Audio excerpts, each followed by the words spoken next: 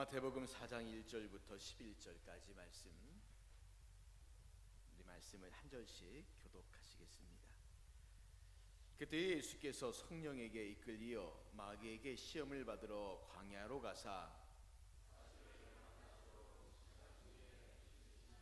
시험하는 자가 예수께 나와서 이르되 내가 만일 하나님의 아들이거든 명하여 이 돌들로 떡덩이가 되게 하라.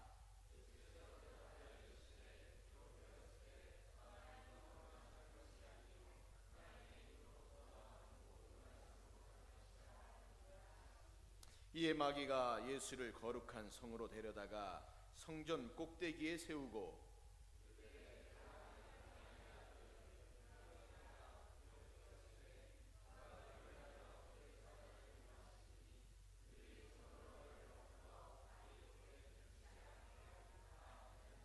예수께서 이르시되 또 기록되었으되 주 너희 하나님을 시험하지 말라 하였느니라 하시니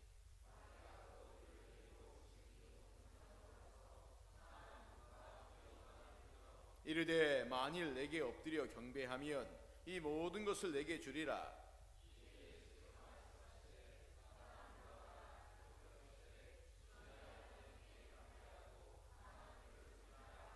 같이 읽겠습니다. 이에 마귀가 예수를 떠나고 천사들이 나와서 수종드니라. 아멘. 할렐루야. 오늘도 하나님을 예배하는 자리에 함께 하시는 우리 성도님들을 주님의 이름으로 축복합니다. 우리 옆 사람과 인사합시다. 잘 오셨습니다. 잘 오셨습니다. 잘 오셨습니다. 한 주간도 수고 많으셨습니다. 한 주간도 수고 많으셨습니다. 한 주간도 수고 많으셨습니다. 감사합니다. 날씨가 추워지고 또 김장하는 때가 오니까 또 사람들이 김장하고 한 해를 마무리하는 시간들이 참 정신이 없이 잘 지나가는 것 같습니다. 오늘 본문의 말씀을 통해서 우리가 같이 하나님의 선하신 뜻, 우리를 향하신 하나님의 계획, 은혜가 무엇인가를 같이 살펴보며 은혜를 나누는 복되고 귀한 시간 되었으면 합니다. 오늘의 본문은 우리가 너무나 잘 알고 있는 아주 유명한 말씀입니다. 예수께서 공생애를 시작하는 시점에서 사탄에게서 받으신 시험 또는 유혹에 관한 이야기입니다. 예수께서는 공생애 사역을 앞두고 먼저 광야에서 40일을 금식하시면서 기도하셨습니다. 긴 시간을 금식하신 후였기 때문에 몸과 마음이 아주 지친 그런 상태였습니다. 이때 유혹하는 사탄이 예수님 앞에 나타났습니다. 첫 번째 유혹은 돌을 떡으로 만들어 먹으라는 것이었습니다. 별건 아닌 것 같잖아요. 그렇죠? 저 돌을 명하여 떡이 되어서 빵이 되어서 그거 먹어라. 그런데 이 유혹은 일반 평범한 사람은 물론 육신을 가지고 계신 예수님도 쉽게 넘길 수 있는 유혹이 아니었습니다. 왜냐하면 예수님께서 이미 40일을 금식하고 굶주린 상태였기 때문입니다.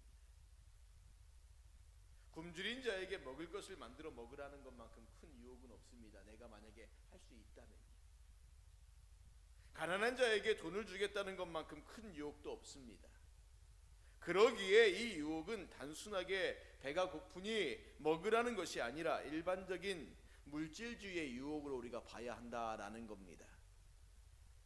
그러나 아무리 가난해도, 그래서 아무리 빵이 중요하다고 해도, 당장 먹을 빵 한 개가 없어서 굶어 죽을 지경이라고 해도 사람이 빵만으로는 살지는 않습니다. 물론 굶주린 사람에게는 당장 빵을 주어야 합니다. 당장 굶주려 죽을 지경에 있는 사람에게 빵은 주지 않고 일장 연설만 늘어놓는다는 것은 크게 잘못된 일입니다. 하지만 그렇다고 해서 사람이 빵만으로는 살아간다는 것이 아닙니다. 굶어 죽기를 면한다면 빵 이상의 것을 추구해야 마땅하다라는 그런 말씀입니다. 그래서 예수님께서는 사람이 빵으로만 사는 것이 아니다, 하나님의 입에서 나오는 말씀으로 산다라고 그렇게 말씀하셨습니다. 그 다음으로 사탄은 예수님을 예루살렘 성전 꼭대기에 데리고 거기서 뛰어내리라고 유혹하였습니다. 내가 정말 하나님의 아들이라면 하나님이 널 떨어져 죽게 내버려 두겠느냐? 천사라도 보내 구해 주겠지. 이것은 대단한 유혹입니다.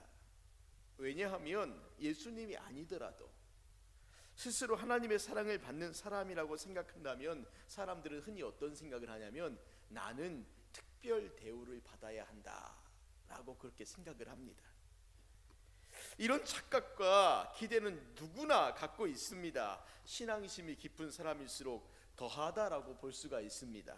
하나님이 날 사랑하시니 어떻게 해주시겠지 하는 기대, 공경에 그냥 내버려 두시지 않겠지 하는 희망을 갖기 쉽다라고 하는 말씀입니다. 내가 이만큼 하나님을 위해 살았는데, 내가 이만큼 하나님을 위해 열심히 살았는데, 이만큼 봉사하고, 이만큼 기도하고, 이만큼 헌신하고, 이만큼 헌금하고, 이 정도면 하나님도 나를 이렇게 사랑해 주시는 게 맞겠지라는 거지요.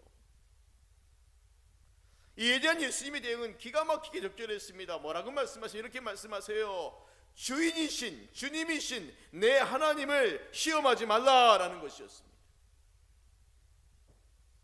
여러분, 사실 이러한 태도는 하나님을 떠보고 시험하는 것입니다.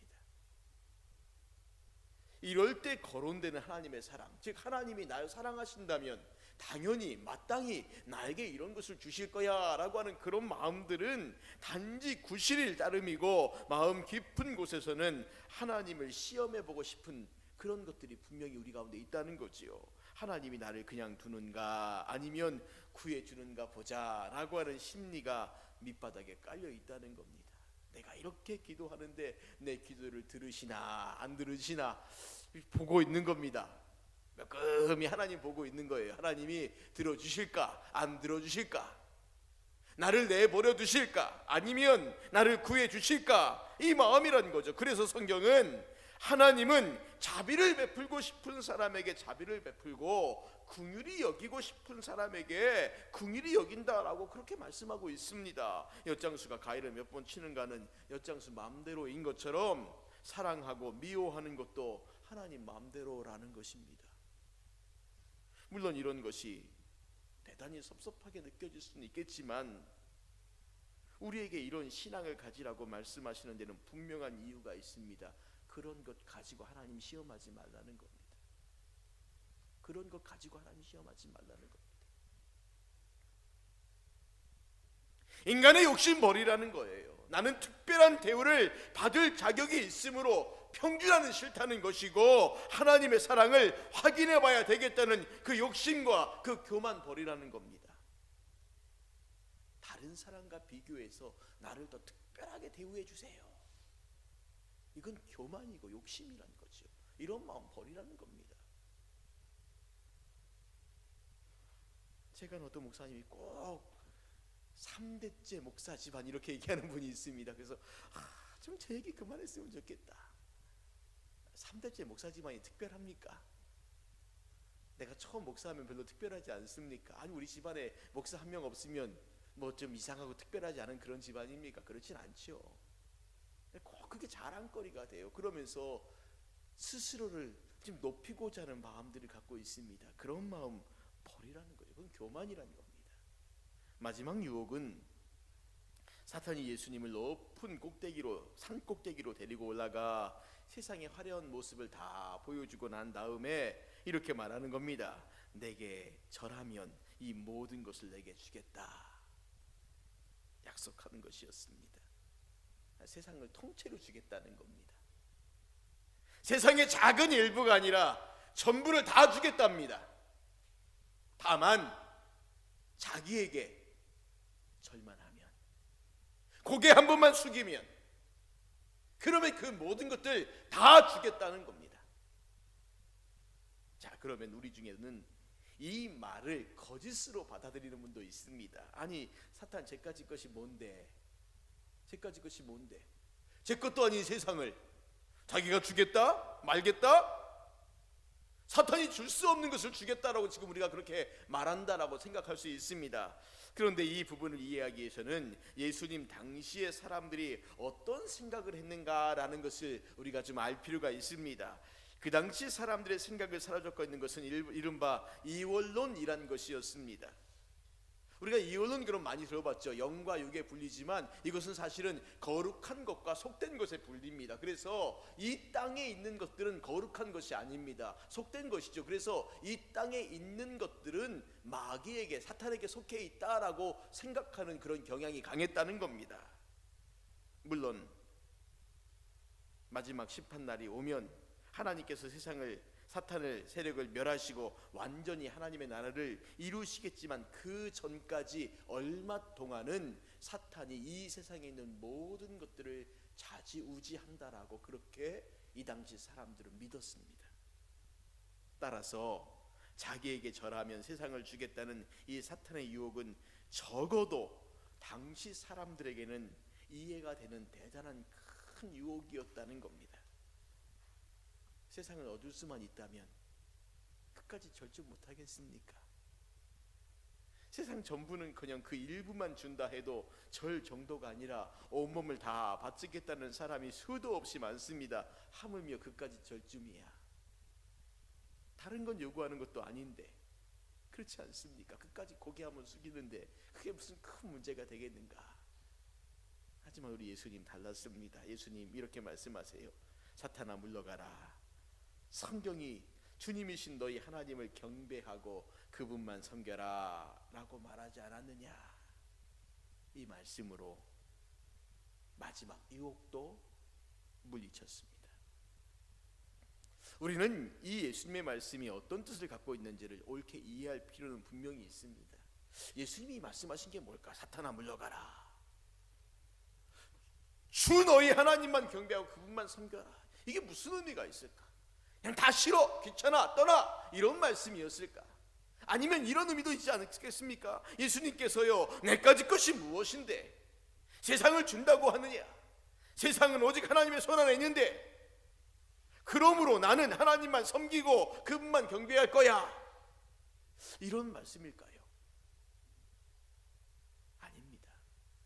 예수님의 이 말씀은 사실 그 말씀보다 더 깊은 뜻이 있는데 이런 겁니다. 만일 내가 너에게 절을 하면 세상을 얻을 수 있다 하더라도 나는 너에게 절하지 않겠다. 비록 세상을 얻지 못한다 할지라도 나는 하나님만 경배하고 그분만 섬기겠다. 이런 의미가 들어있는 것입니다. 사탄에게 절해봤자 아무것도 줄 수 없으니까 난 너에게 절하지 않겠어, 이 말이 아니란 거예요. 네가 설령 줄 수 있다 할지라도, 내가 하나님만 섬기면서 아무것도 못 얻는다 할지라도 나는 하나님만 섬길 것이지 너를 섬기지 않겠다는 겁니다. 여러분, 이런 유혹들은 참 우리 가운데 많았습니다. 우리 기독교 역사 가운데도 보면 이런 유혹들이 정말 많았습니다. 우상 앞에 잠깐 고개 끄딱 숙여 절하면, 잠깐만 내 양심을 팔면, 아무도 보는 사람 없는 곳에 가서 그저 서약서 하나만 쓰면, 말 한마디만 하면 내가 너에게 이것도 주고 저것도 주고 저것도 주리라. 심지어 너의 생명도 내가 보호해 줄게. 생명만이 아니라 재산도 주고 명예도 주고 권세도 줄게. 이런 유혹들이 얼마나 많았습니까? 근데 그런 유혹들 앞에서 냉큼 넘어간 사람도 있고, 그런 유혹들을 보고 들으면서 실질적인 생명의 위협을 받으면서도 그 유혹 앞에 넘어가지 않은 사람들도 있었다는 거지요. 자, 어찌됐건 예수님의 이 마지막 말씀으로 사탄은 물러갔습니다. 마태는 사탄이 물러가고 천사들이 와서 예수님께 시중 들었다라고 했지만 누가복음은 좀 더 재밌게 기록하고 있습니다. 사탄이 다음 기회를 노리고 물러갔다라고 그렇게 기록을 합니다. 마태는 유혹이 끝났다라고 봤고, 누가는 유혹이 일단은 종료를 했지만 곧 다시 찾아오리라 그렇게 보았습니다. 저는 기록된 내용으로만 본다면 마태보다는 누가가 더 옳았다고 봅니다. 왜 그러냐면 사탄의 유혹은 완전히 끝나지 않았습니다. 사탄은 예수님 생애 내내 그분 곁에 바짝 붙어 다니면서 호시탐탐 유혹할 기회를 노렸습니다. 때로는 가족들로 인해서, 때로는 제자로 인해서, 때로는 많은 사람들로 인해서, 심지어 예수님의 마지막 기도였던 겟세마네 동산에서도 예수님을 유혹했고, 예수님이 십자가에 달려 있는 동안에도 예수님을 유혹했습니다. 십자가에서 내려오라고요. 십자가 지지 말라고, 그 길 가지 말라고 끊임없이 유혹을 했습니다. 예수님의 생애는 이러한 대결의 연속이었다라고 해도 과언이 아닙니다. 예수님은 유대 종교 지도자들이나 로마 제국의 지배자들과 힘으로 맞서 대결했습니다. 그러나 예수님의 궁극적인 대결 상대는 사탄이었고 사탄의 유혹과의 싸움이었다는 거죠. 저는 오늘 이 사탄의 세 가지 유혹 가운데 사탄에게 절하면 세상을 주겠다고 했던 이 마지막 유혹에 대해서 좀 생각을 해보려고 합니다. 이 유혹을 예수님께서는 주님이신 하나님만을 경배하고 그분만을 섬겨라, 이 말씀으로, 이 대답으로 물리치셨습니다. 이 대답은 십계명 중에 첫 번째 계명과 두 번째 계명을 섞어 놓은 말씀으로 보입니다. 이 대답에는 하나님 외에는 다른 신을 섬기지 말아야 할 뿐 아니라 하나님을 우리가 알 수 있는 어떤 형상으로도 만들어서 경배하지 말라라고 하는 그런 뜻이 담겨 있습니다. 우상 섬기지 말라는 거지요. 오직 하나님만 섬기라는 겁니다. 자, 그런데 우상을 섬기지 말라라고 하는 이 계명, 어떤 형상도 만들지 말라라고 하는 이 계명은 그것이 주어진 시대상과 감안하면 정말 좀 이해가 되지 않는 수수께끼 같은 그런 계명이 아닐 수 없다는 겁니다. 왜냐하면 메소포타미아를 비롯해서 애굽, 그리고 고대 이 중동 지방, 여기 모든 종교에도 이런 계명은 없었다는 겁니다. 오히려 이 당시 사람들은 어떤 생각을 하고 있었냐면 자기들이 믿는 신의 형상을 얼마나 멋지고 얼마나 화려하게 만드느냐, 이것이 일반적인 경향이었고, 그렇게 멋지고 화려하고 웅장하게 만드는 것이 신에 대한 존경과 믿음의 크기를 결정한다라고 믿었습니다. 그래서 그 당시를 보면 어마어마한 형상을 짓지 않습니까? 느부갓네살이 그 엄청난 크기의 형상을 짓기도 하고, 많은 사람들이요 자기 형상이나 신의 형상을 만들어서 그것을 어마어마하게 만들고 그 앞에 절하고 경배하게 만들었던 이런 일들이 너무나 많이 있었다는 겁니다. 그런데 하나님은 그것을 금지시켰어요. 심지어는 성전 짓는 것도 별로 원하지 않으셨습니다. 신의 집을 만든다, 얼마나 크고 화려하게 만들어야지, 하늘 끝까지 올라가는 신의 집을 만들어야지 그것이 우리의 믿음이 좋다라는 것을 표현하는 것인데 그것도 못하게 만드셨습니다.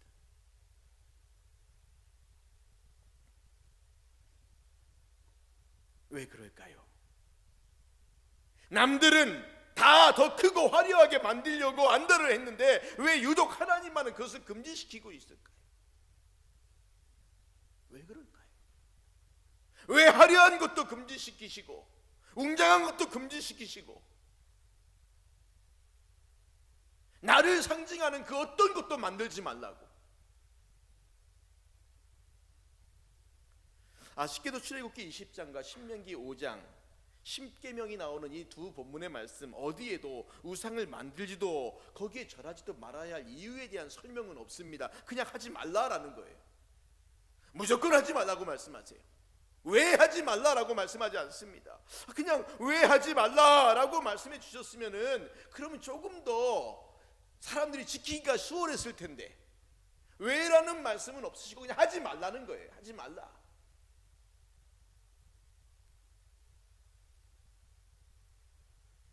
그러니까 이 사람들이 하나님의 형상을 만들지도 말고 거기 절하지도 말라라고 말하니까 왜 그래야 되는지 이유를 알 수가 없으니까 계명을 어기는 일이 얼마나 많았는지 모릅니다. 열심히 어겼잖아요. 신의 형상을 만들고 거기 절하고 그러다가 한 대 딱 두들겨 맞고. 근데 그것이 이스라엘 백성들만 그랬습니까? 기독교가 공인되고 난 다음에 십자가를 높이 달 수 없는 그런 시대였다가 다시 십자가를 높이 달 수 있는 그런 시대가 변했죠. 313년을 계기로 해서 시대가 변하고 난 다음에 사람들은 성경에서 하지 말라라고 하는 일을 이제 열심히 골라서 하기 시작했습니다. 신의 형상을 웅장하게 만들기 시작했고, 하나님의 형상이 어떻게 생긴지 모르니까 하나님의 형상을 대신하여서 예수님의 형상을 만들고, 마리아의 형상을 만들고, 천사의 형상들을 만들고, 형상들을 만들다 안 되니까 이제 사람의 형상들도 만들고, 그것 하다가 더 뭐 할 게 없나 찾아보니까 이제는 건물들을 하늘 끝까지 높이 짓기 시작했습니다. 하나님께서 하지 말라라고 하신 것들을 열심히 하면서 그렇게 하는 것이 마치 믿음이 너무너무 좋은 사람이 하는 것처럼, 그렇게 착각했던 것들이 오늘날까지 이어지고 있지 않습니까? 웅장하고 화려한 것들을 만들어놔야지 그것이 마치 우리의 믿음이 좋은 것처럼, 그래야지 하나님이 기뻐하시는 것처럼 착각하는 그런 시대가 희한하죠. 하나님은 금하셨는데 그 금한 것들을 우리는 더 열심히 찾아서 지금 하고 있더라는 겁니다. 왜 하지 말라라고 이 말씀을 좀 우리가 잘 알았다면은 안 했을 텐데. 그런데요, 이 계명이 주어지고 나서 한 수백 년이 지나고 난 이후에 몇몇 선지자들과 지혜 문학에서 왜 우상에게 절하지 말아야 하는지 그 이유를 설명하는데, 시편 135편에 보면 이렇게 말씀합니다. 열국의 우상은 은금이요 사람의 손으로 만든 것이라.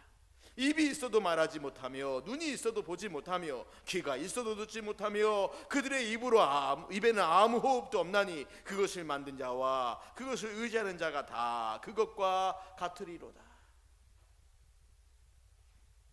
이런 비슷한 말씀이요, 이사야 40장, 44장, 46장, 하박국 2장 이런 등 여러 군데에 또 나온다는 거죠. 이것이 공통적으로 말하는 말은 똑같습니다. 우상을 섬기지 말아야 하는 이유는 그것이 쓸모가 없는 물건에 불과하다는 겁니다.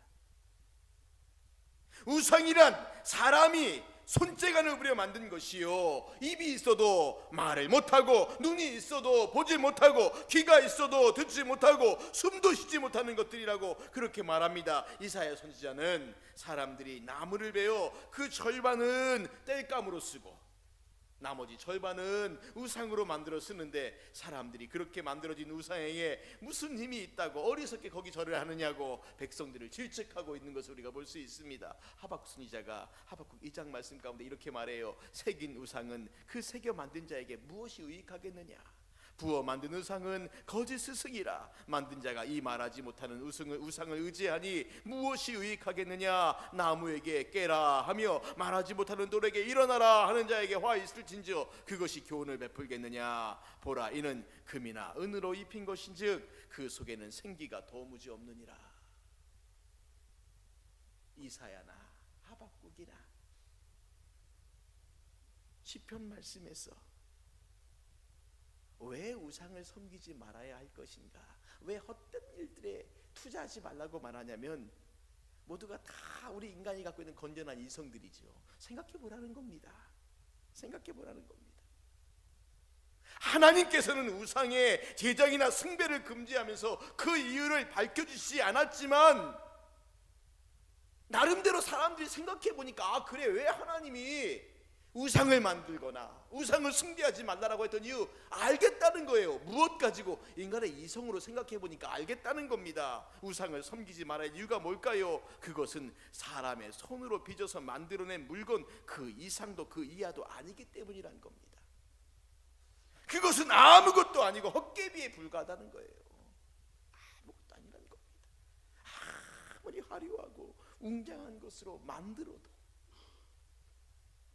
그것은 아무것도 아니고 그냥 돌이고 나무고 그것밖에 없다는 겁니다.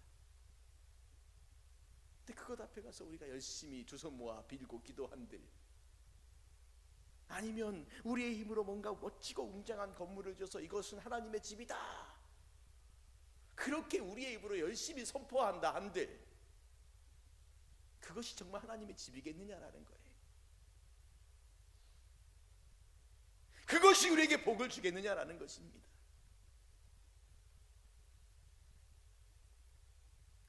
헛개비에 불과하다는 겁니다. 아무것도 아니라는 거예요. 우리가 그래서 너무 이 거룩한 성자를 너무 이곳저곳에 붙이지 말았으면 좋겠어요. 목사직이 성직이라고 말하지 않습니까? 성직 아닙니다. 지금 우리 교회에 있는 이런 물건 우리가 보통 뭐라고 부릅니까? 성부라고 하잖아요. 거룩과 성자 아무데나 붙이지 마십시오. 딱 한 가지 거룩과 성자 붙일 때가 있다면 저는 성도라는 말이 제일 어울린다고 생각합니다. 믿는 우리예요. 왜요? 우리 안에 주님이 계시지 않습니까? 성령께서 계시잖아요. 그래서 우리가 성도이지. 근데 우리 안에 만약에 주님이 계시지 않다면 우리는 성도 아닙니다. 자, 이제 그럼 모든 것이 다 해결됐습니까? 우상 숭배의 문제는 모두 해결 다 됐습니까? 나무를 깎아 만들거나 쇠붙이를 녹여 만든 우상을 모두 태워버리거나 없애버리면 사람은 우상을 섬기지 않게 될까요? 손으로 만든 우상이 없어지면 사람들은 하나님만 경배하고 그분만 섬기게 될까요? 정말 그럴까요? 그렇지 않습니다.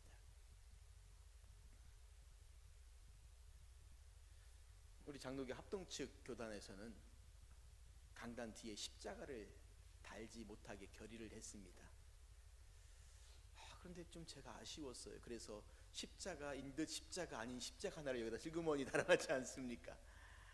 교회 안에 십자가가 있는 게 좋잖아요. 그렇지요. 근데 왜 못 달게 했냐면은 십자가 자체도 우상이 될 수 있다는 아주 우리 선배 목사님들의 지혜로운 그런 결정 때문에 그랬습니다. 그래서 장로교라고 해서 십자가가 교단의 교회 예배당에 없는 것은 합동측이구나라고 생각하시면 거의 맞습니다. 근데 생각해 보십시오. 예배당에 십자가를 안 걸어놨다고 우리는 우상 숭배 안 하는 참 거룩하고 좋은 교단이구나, 그렇습니까? 그게 문제일까요? 그거 없애버리면, 모든 위험 요소를 다 없애버리면, 그래, 그럼 우리 예배당도 짓지 말자, 천막 치고 예배 드리자, 그렇게 한다면, 성구 아니라고 했으니까 여기다 그냥 귓장 하나 갖다 놓고 바닥에 방석 하나 깔고 앉아서 그렇게 예배 드리면 되지, 그러면 될까요? 아닙니다. 우상을 만들어내는 근본적인 원인, 그 궁극적인 원동력을 없애버리지 않고 눈에 보이는 우상들만 없애버리면 그게 무슨 의미가 있습니까? 선지자와 지혜 문학이 말하는 대로 우상은 물건에 불과합니다. 거기에 무슨 힘이 있습니까? 우상을 빚어내는 것은 사람의 손이 아니라 사람의 마음이고 사람의 욕심이라는 겁니다. 이 마음을 고쳐먹지 않는다면, 욕심을 없애지 않는다면 손으로 만든 우상을 불태운다 한들 아무 소용이 없습니다. 아무 소용이 없습니다. 최근에 한국교회는 참 마지막 어떤 그 임종의 환자처럼 숨을 헐떡이면서 힘들어하고 있습니다. 다 아시지만 명성교회가 한국교회 마지막 일격을 가하는 느낌이 들기도 하고,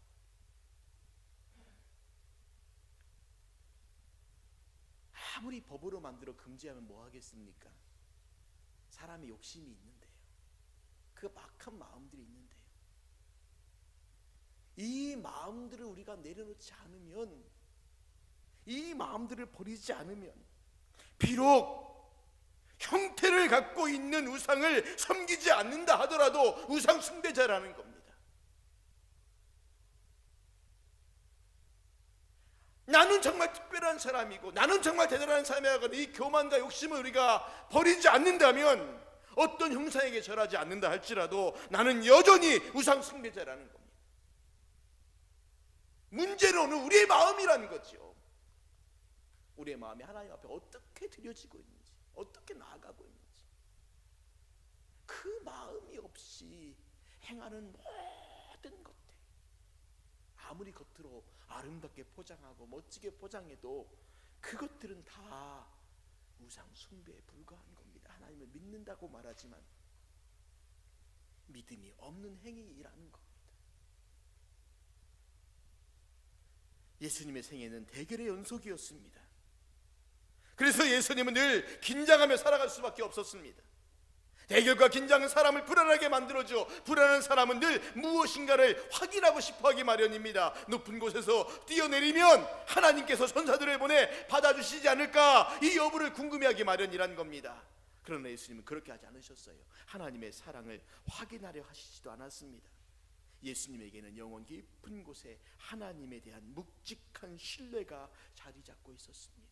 이 신뢰가 묵직함으로 상황에 따라 흔들리지 않았어요. 그 어떤 어려움이 와도 흔들리지 않았습니다. 심지어는 하나님의 침묵에도 예수님은 흔들리지 않았습니다. 그래서 예수님은 겟세마네 동산에서 아버지, 할 수만 있으면 이 잔을 제게서 지나가게 하옵소서, 그러나 제 뜻대로 마시고 아버지 뜻대로 하옵소서, 이렇게 기도할 수 있었다는 거예요. 이 신뢰 깊은 기도에 비하면 하나님께서 내 기도를 들어주셔야, 내 마음에 맞게 응답하셔야, 내 가는 길이 형통해야, 내가 평안해야, 내가 원하는 것이 다 이루어져야, 그래야지 하나님이 날 사랑한다라고 그렇게 생각하는 그 믿음은 얼마나 얕은 믿음이고 얼마나 천한 믿음일까요? 하나님이 날 사랑한다면 내 기도를 들어줘야 한다고 믿기 전에 내가 드리는 기도가 정말 드릴 만한 기도인가를 물어봐야 하지 않겠습니까? 사랑하는 성도님들, 오늘 우리는 참 유혹이 많은 세상에 살고 있습니다. 정말 유혹이 많은 세상에 살고 있습니다. 그 유혹은 단지 세상의 것을 얻고자 하는 것만이 아니라 하나님을 믿는 믿음 안에서도 얼마든지 역사합니다. 우리에게 거짓된 믿음, 잘못된 믿음, 이기적인 믿음을 가지게 만드는 이 세상의 유혹거리가 너무나 많다는 겁니다. 그래, 하나님과 전혀 상관없는 신자, 난 믿어요. 그런데 하나님과 상관없이 살아요. 예수가 없는 예수 교회를 만들고 있지 않습니까? 대한 예수교 장로이지 않습니까? 기독교 장로이잖아요. 예수교나 기독교나 다 거기 뭐가 들어가 있어요? 예수님이 들어가 있지 않습니까? 그런데 교회 안에 예수님은 없어요. 예수님은 없어요. 오늘 한국교회가 그렇지 않습니까? 한국교회만 그렇습니까? 나는 어떻습니까? 내 안에 예수님은 계시나요? 내 안에 예수님은 계시나요? 예수님을 향한 묵직한 신뢰 가운데 살아가고 있습니까? 내 삶에 어떤 일이 벌어져도 그것이 주님께서 나를 사랑하시서 행하시는 일이라고 믿고 그렇게 의지하고 소망하며 살아가고 있습니까? 아니면 여전히 눈에 보이는 혹은 눈에 보이지 않는 그 어떤 세상의 좋은 것들만을 더 사모하고 얻고자 달려가고 있습니까? 더 좋은 직장을 얻고자는 부지런히 힘쓰고 애쓰는데, 더 완난 음식 먹으려고는 더 열심히 애를 쓰고 있는데, 어디 음식이 맛있다 하면 1시간이고 2시간이고 먼저 가서 기다리면서 그 음식 먹으려고 하는데, 정말 우리의 영적인 것을 위해서는 우리가 얼마나 많은 것들을 투자하고 헌신하고 희생하며 그렇게 살아가고 있습니까? 세상에 눈에 보기에 좋은 것과 하나님을 향한 믿음과 우리의 신앙과 우리의 예배와 얼마나 쉽게 바통터치하고 있습니까? 사랑하는 성도님들, 세상에 눈에 보이는 것에 속지 마십시오. 눈에 보이지 않는 것에 속지 마십시오.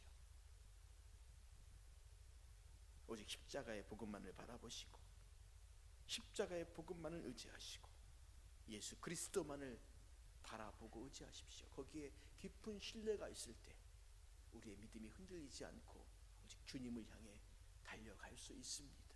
내 상황과 형편과 환경은 유혹받기에 딱 맞는 그런 상황일지라도 우리가 하나님의 은혜를 붙잡고 나아갈 때, 그 은혜를 소망하며 나아갈 때 우리는 예수님처럼 그 모든 유혹으로부터 능히 이기며 오직 주님만을 신뢰하며 나아갈 수 있는 복된 성도의 삶을 살아갈 줄 믿습니다.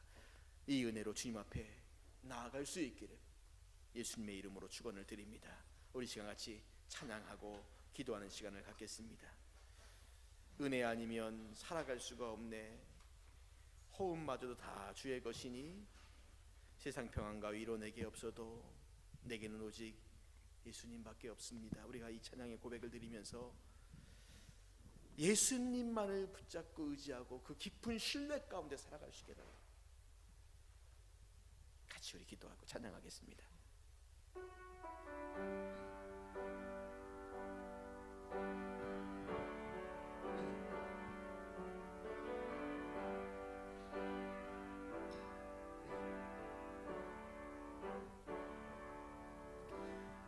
은혜 아니면 살아갈 수가 없네.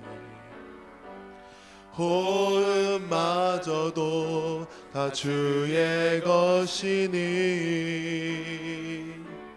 세상 평안과 위로 내게 없어도 예수, 오직 예수뿐이네. 다시 한번 하겠습니다. 은혜 아니면 살아갈 수가 없네. 은혜 아니면 살아갈 수가 없네. 호흡마저도 다 주의 것이니 세상 평안과 위로 내게 없어도 예수, 오직 예수뿐이네.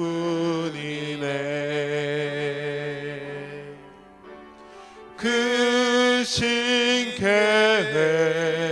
다 볼 수도 없고 작은 것 안에 지쳐도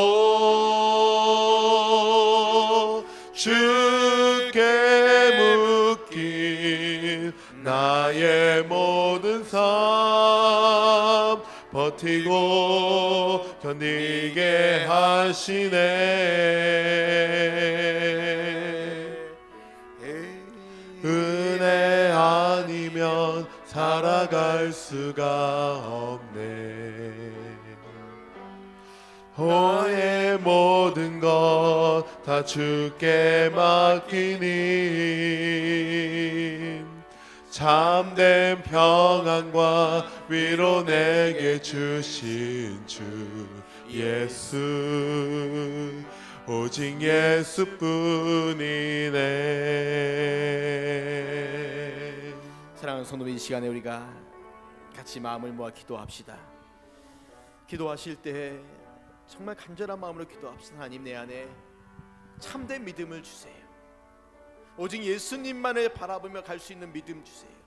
세상의 그 어떤 것이 우리를 유혹하고 우리를 공격한다 할지라도 흔들리지 않고 넘어지지 않고 오직 주님만 바라보게 하시고 세상에 평안도 없고 위로도 없지 할지라도 오직 예수님만 의지하며 나갈 수 있는 그 믿음 가지고 나갈 수 있게 해달라고 이 시간 우리가 같이 합심하여 기도하는 시간 같습니다. 기도하겠습니다. 하나님 아버지, 이 시간 주님 앞에 우리가 나와 간절함으로 기도하며 주님을 바라보고